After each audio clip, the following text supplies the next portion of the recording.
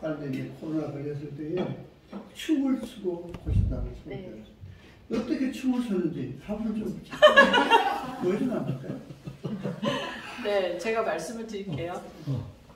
제가 이제 제가 그 얘기를 이제 못했는데, 코로나 걸리기 전에 현지인 교회 가서 제가 그 설교를 했어요. 근데 그 설교를 뭘로 했냐면 찬양 하나 가지고 설교를 했어요. 그 찬양이 뭐냐면 이제 영어 찬양이에요. Raise Hallelujah, 이제 그런 찬양인데, 이제 그 미국 캘리포니아에 있는 베델 교회라는 곳에서 나온 찬양이에요. 근데 그 찬양의 가사가 뭐냐면 적들 앞에서 할렐루야를 외친다, 막 이렇게 끝까지 승리한다, 뭐 이런 내용이에요. 근데 제가 그 찬양을 가지고 이 사람들하고 이제 설명을 하면서 어떤 환경이 와도 찬양 할렐루야를 외쳐라, 죽음 앞에서도 찬양 할렐루야 외쳐라 이랬는데, 그 제가 2주 후에 제가 딱 코로나 걸렸는데 주변에 아무도 안 걸리고 저만 걸린 거예요.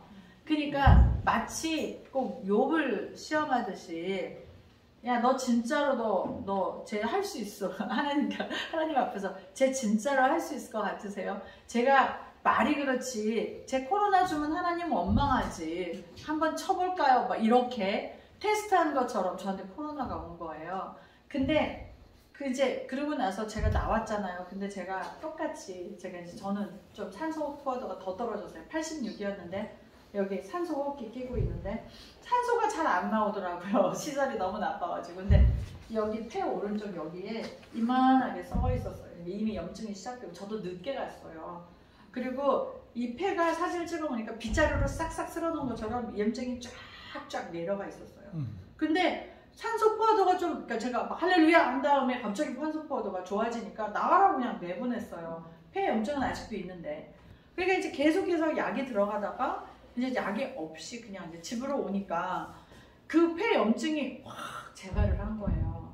그러니까 재발을 하니까 막 열 막 나기 시작하고, 다시 막 이렇게 너무 열이 높으니까 막 땀이 뚝뚝뚝뚝 떨어지고 이제 다시 숨 못 쉬고 막 이러니까 제가 이제 의사 선생님한테 전화를 했어요. 어떻게 된 거냐고. 그러니까 어떻게 치료하면 됩니까? 그러니까 이제는 방법이 없다 그래서, 이제는 방법이 없다. 이거는 이제 두 번째 코로나가 이렇게 오는 사람들이 거의 다 사망한대요. 왜냐면 물이 생기기 시작해서 폐에. 그래서 이제, 그리고 IT에 폐를 고칠 수 있는 실력이 없는 거예요. 시설도 없고 약도 없다는 거예요. 그러니까 저는 이제 할 방법이 아무것도 없는 거예요. 병원에서 놓지 말라 그러고 이제. 그러니까 제가 방법이 없는데 막 또 죽음의 공포가 확 오더라고요. 진짜 죽음의 공포 뭐라 표현할 수 없을 만큼 정말 심한데, 죽음의 공포가 오니까 막, 근데 제가 그랬어요. 아, 이게 덜덜덜덜 떨다가 죽는 것보다 나 주님 앞에서 찬양하다 죽어야겠다 그랬어요. 그리고 그 레이저 할렐루야를 틀어놓고, 제가 춤을 잘 못 춰요. 그러니까 뭐 어떻게 좋겠어, 이러고 췄지, 이러고 레이저 할렐루야 막 이러면서 막 주러면서 뭐라 하냐면, 주님께서 저한테 선포하셨던 예언들 절대로 땅에 안 떨어져야 되는데 아직 3분의 1밖에 안 왔어요. 앞으로도 3분의 1가, 제가 이제 한번 예언을 받은 적이 있는데 그 예언이 다 이루어지고 있는데 3분의 1밖에 안 됐는데 나머지는 어디 있나요? 그러면서 주님이 선하신 주님이라는 걸 보여주세요. 그러면서 제가 뭐라 그랬냐면, 이제 기도방에 들어가면서 내가 죽든지, 만약에 이 방에서 나오면 내가 살아서 나오는 거다, 치유돼서 나오는 거다, 내가 안 나오면 시체 치워라, 이러고 들어갔어요. 그 방을. 나는 이 방을 내가 다 나을 때까지 안 나온다. 그리고 힘이 없으니까 춤을 치워졌겠냐고요. 지금도 한 뭐 10몇 킬로가 빠졌는데 지금 살이 다시 복귀가 됐어요. 근데 완전 후덜후덜 하니까 춤을 못 추는 거예요. 막 이러고 막 음악 틀어놓고 막 이렇게 찬양 틀어놓고 이러고 있다가도 힘들면 또 누워서 또 이러고 막 팔만 올리고 있다가 또 힘내가지고 막 3시간을 그랬는데 기적이 일어나가지고 갑자기 제가 알겠어요. 열이 뚝 떨어지더라고요. 그리고 나서 제가 그 방을 이렇게 걸어서 나왔어요. 근데 놀라운 일이 뭐냐면, 그 다음에 알게 됐는데요. 그 찬양이 어떻게 만들어진 찬양이냐면, 그 베들교회라는 데서 어떤 아이가, 갑자기 6살짜리 아이가 암에 걸린 거예요. 소아암이 왔는데 너무 빠르게 진전이 되는 거예요. 그래서 병원에 입원한 지 한 달 만에 얘가 인사불성이 됐어요. 그리고 의사는 뭐라 그랬냐면, 얘가 이제 며칠 안에 죽을 거니까 이제 장례식을 준비해라 이렇게 얘기를 하니까 베들교회에서 막 사람들이 기도를 하는데도 막 차도가 없는데 이제 그 찬양 사역자가 막 기도하는데 환상이 보이더래요. 진짜 골리앗처럼 엄청나게 큰 불신앙이라는 그 귀신이 하나 서 있는 거예요. 불신앙. 이게 뭐냐? 하나님을 신뢰하지 않는 영. 그 아이가 아픈 데서 원망하고 그 아이가 이렇게 된 거에서 하나님이 얘를 고칠 거라는 믿음이 없는 그 불신앙이 막 거인처럼 서 있는 거예요. 그러니까 이분이 막 두려움이 들 정도로 그 거인이 크더래요. 근데 저 뱃속에서부터 찬양 그 한 구절이 이렇게 멜로디가 나오는데 그게 Raise a Hallelujah 이게 나오는 거예요. 그러니까 찬양을 올려라.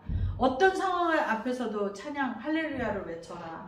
하나님 그 적군 앞에서 할렐루야를 외쳐라. 이게 막 올라와서 그거를 노래로 만들어서 그 애기 아빠한테 보내준 거예요. 애는 완전히 인사불성이 돼가지고 누워있는데 이 핸드폰으로 이 귀에다가 그 찬양을 계속 들려줬는데 무슨 일이 벌어졌냐. 애가 나왔어요. 완전히 나와가지고 완전히 암까지 다 없어지고 막 뛰어다녀요 지금 애가. 근데 그게 간증으로 나와 있는 걸 나중에 봤어요. 근데 저는 뭣도 모르고 그 찬양 틀어놓고 할렐루야를 외친 거예요. 그러니까 제가 드리고 싶은 말씀은 그 뭐 선교사님이 원망했다는 게 아니고 부근되시는 분이 원망했다는 얘기를 하려고 하는 게 아니라 우리는 뭐가 중요하냐면 저는 몰랐어요. 입술로 범죄하지 않는 게 얼마나 중요한지 몰랐어요. 그러니까 우리가 고통 속에 있을 때 하나님 원망하지 않는 게 엄청 중요하더라고요. 그러니까 왜요? 왜 나예요? 왜 이런 상황이에요? 이해할 수 없지만 내가 정말 머리로도 가슴으로도 이해할 수 없지만 그 상황에서 할렐루야를 외치는 게 진짜 중요하다는 거. 그리고 그 상황 속에서도 감사해야 된다는 거. 우리가 다 잃어버릴 수밖에 없는 그 상황에서 우리가 감사할 때 뭐라 그래야 돼? 그 기류가 바뀌는 거예요. 나를 싸고 있는 죽음의 기류가 바뀌고, 나를 싸고 있는 뭐랄까 비즈니스에서 지금 망하게 생겼을 때 내가 감사를 올려드리면 갑자기 비즈니스가 안 망하게 되는. 그리고 내가 처한 모든 상황 속에서 아침마다 한번 실험을 한번 해보세요. 제 말이 거짓말인지 진짜인지. 아침마다 눈을 딱 뜨자마자 한 5개를 감사해보세요. 눈을 딱 뜨자마자 하나님 제가 오늘 숨쉬고 있어서 감사합니다. 우리 아이들이 참 건강해서 감사합니다. 오늘도 비즈니스가 이렇게 잘 되게 해주셔서 감사합니다. 이런 식으로 5개씩만 감사를 해보세요. 그리고 자기 전에 또 5개씩을 한번 감사를 해보세요. 오늘 무슨 일이 있었는지. 그거를 의도적으로 매일매일 감사할 일이 없음에도 불구하고 막 화가 나 죽겠는데도 불구하고 하나님 오히려 걔가 저를 그렇게 화가 나게 했지만 제가 오늘 화 안 나서 감사해요. 뭐 이런 식으로 하여간 감사를 계속 하다 보면요 갑자기 기류가 바뀌어요. 왜냐? 사단이 저희를 치고 들어오는 그 기류를 저희가 그거를 역으로 바꿀 수가 있어요. 사단은 이렇게 우겨쌈을 하잖아요. 저희를 어떤 형태로든지 우겨쌈을 하죠. 그래서 망하게 만들고 하나님 원망하게 만들고 하나님 떠나게 만들고 저희를 슬프게 만들고 하지만 그 우겨쌈을 당하는 그 상황에서 우리가 감사를 하면 그 사단이 감사가 가득 찬 우리 몸 안에 들어올 수가 없습니다. 우리 인생에 들어올 수가 없습니다. 아멘. 네, 그 사단을 방지할 수 있는 가장 큰 방패막이는 사실 감사입니다. 그 감사를 우리가 외치면 모든 삶이 바뀌고 우리의 기류가 바뀌고 그럴 수 있다고 저는 믿습니다. 그래서 저는 언제 사실 IT에 살면서 언제 납치당하고 언제 죽고 언제 강간당하고 이럴지 몰라요. 그런데 그거를 두려워하기보다는 주님 앞에 가서 큰 상급이 기다리고 있음을 더 즐거워합니다. 정말 큰 상급 받고 계실 거예요. 지금 부군께서. 네, 그리고 하나님께서 가장 예수님의 큰 식탁에 앉혀놓고 나의 충실한 아들아 너 참 수고했다. 내가 너의 때가 짧아서 미안하지만 너의 배가 부인을 씨앗으로 남겨뒀다. 더 큰 일을 하고 올 거다. 이렇게 얘기해 주실 거라고 믿어요. 그래서 그리고 더 많은 후원과 더 많은 분들이 더 큰 지지를 해주실 거를 믿습니다. 네, 오늘 막 이렇게 좀 많이 후원도 해주세요. 그렇게 해서 필리핀에서 정말 큰 놀라운 역사가 천상의 그 예배가 재현되는 그런 부근디에서 그러실 것 같아요. 고바 내가 뭐라 그랬어? 24시간 찬양하라 그랬잖아. 그래서 지금 필리핀이 바뀌었잖아. 지금 이게 우리가 세계말로 가고 예수님 오실 때가 가까우니까 똑같은 메시지가 지금 전달이 되는 거죠. 저한테도 24시간 예배가 그리고 다쳐 24시간 예배 똑같은 메시지가 지금 전 세계의 모든 성도들에게 지금 전해지고 있는 거예요. 천상의 예배를 재현을 해라. 그리고 나는 여기 이마에 인치된 자들을 나는 기억하겠다. 하나님께서 절대 잊지 않으시고 저희가 비록 몸은 순교하고 죽을 수는 있지만 이 생에서 하지만 천상에서 가장 좋은 자리에 하나님께서 저희를 이렇게 영접해 주실 것을 믿습니다. 감사합니다.